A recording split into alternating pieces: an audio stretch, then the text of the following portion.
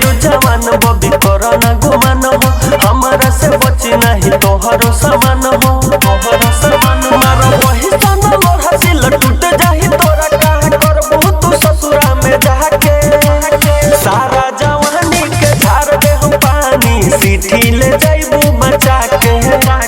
सारा जवानी के झाड़ दे हम पानी सीठी ले जाइबू बचा के। सीठी ले जाइबू बचा के। सीठी सारा जवानी के झाड़ दे हम पानी सीठी ले जाइबू बचा के। चली न बबी तोहार रंगदारी, ज्यादा जे बोलबू तो गर्मी देव झारी। चाहे तू करबू हमरा से बरियारी, तोके उठा के ले जाइब बसवारी। तोके उठा के ले जाइब बसवारी।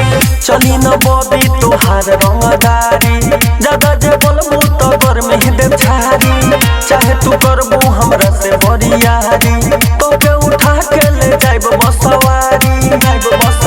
मारा वही सन छोट तोरा धरी न सपोर्ट कब भगबू तू मैं चिल्ला के। सारा जवानी के झाड़ दे हम पानी सीठी ले जाइबू बचा के।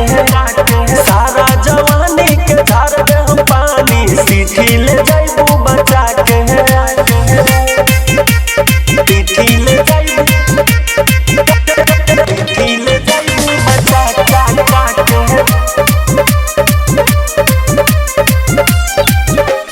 सारा जवानी के झाड़ दे हम पानी सीठी ले जाइबू बचा के। परवेश ए मामूल हवे रंगदार हो, एने सरहजा से कलह तू प्यार हो। मना तू बात न करावा इंतजार हो, तोके घुमाई शहर बाजार हो। तोके घुमाई शहर बाजार हो। शमशेर ए मामूल हवे रंगदार हो, एने सरहजा से कलह तू प्यार हो। मना तू बात न करावा इंतजार हो, तोके घुमाई शहर बाजार हो। शहर बाजार नहीं करो मन मानी बात मान जाए रानी तनी सटहन बाजार में आके। सारा जवानी के झाड़ दे हम पानी सीठी ले जाइबू बचा के।